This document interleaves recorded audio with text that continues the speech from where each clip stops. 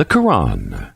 The Qur'an is the only book which is memorized in full, from cover to cover, by millions of people. Should all copies of the Qur'an totally disappear, it will remain in existence, immune to distortion and alteration.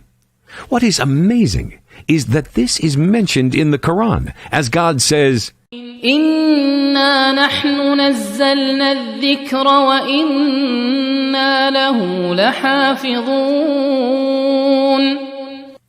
The Qur'an is not merely a discourse attributed to God, nor is it a set of concepts God wished to give to humans and allowed Muhammad to express them in his own style.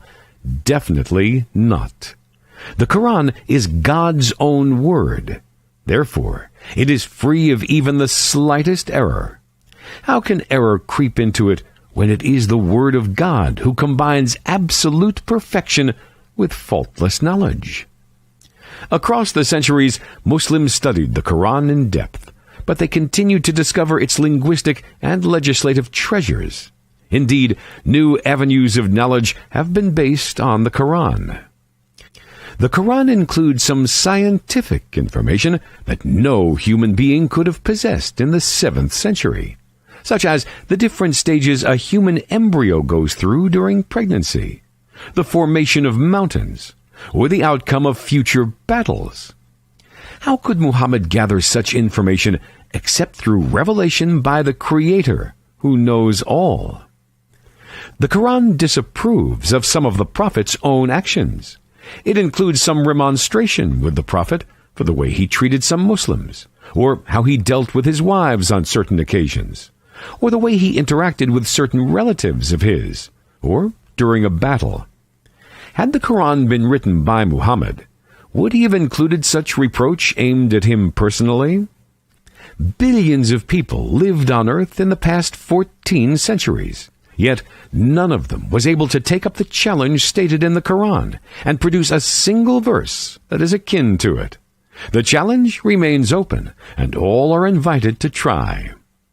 The Qur'an also challenges mankind to point out a single error in it. 14 centuries have gone since the revelation of the Qur'an, with no one able to find even a slight error in it. Many were those who studied Arabic, hoping to be able to find its errors. Most of them ultimately embraced Islam.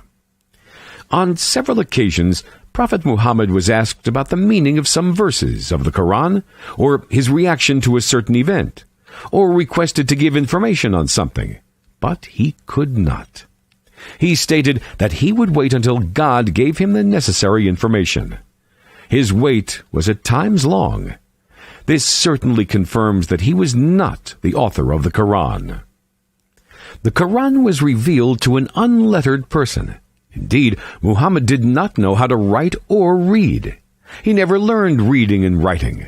This is a historical fact. How could he be accused of copying other sources, let alone authoring a fault-free book? Besides, what sources did he use or copy from? The Qur'an is the only religious book that calls on us to believe in it through logical reasoning and reflection.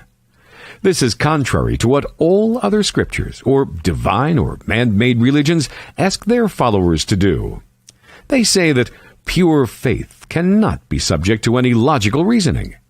Only in Islam, the mind is considered most essential for belief. We invite everyone to download a copy of the Qur'an and study it.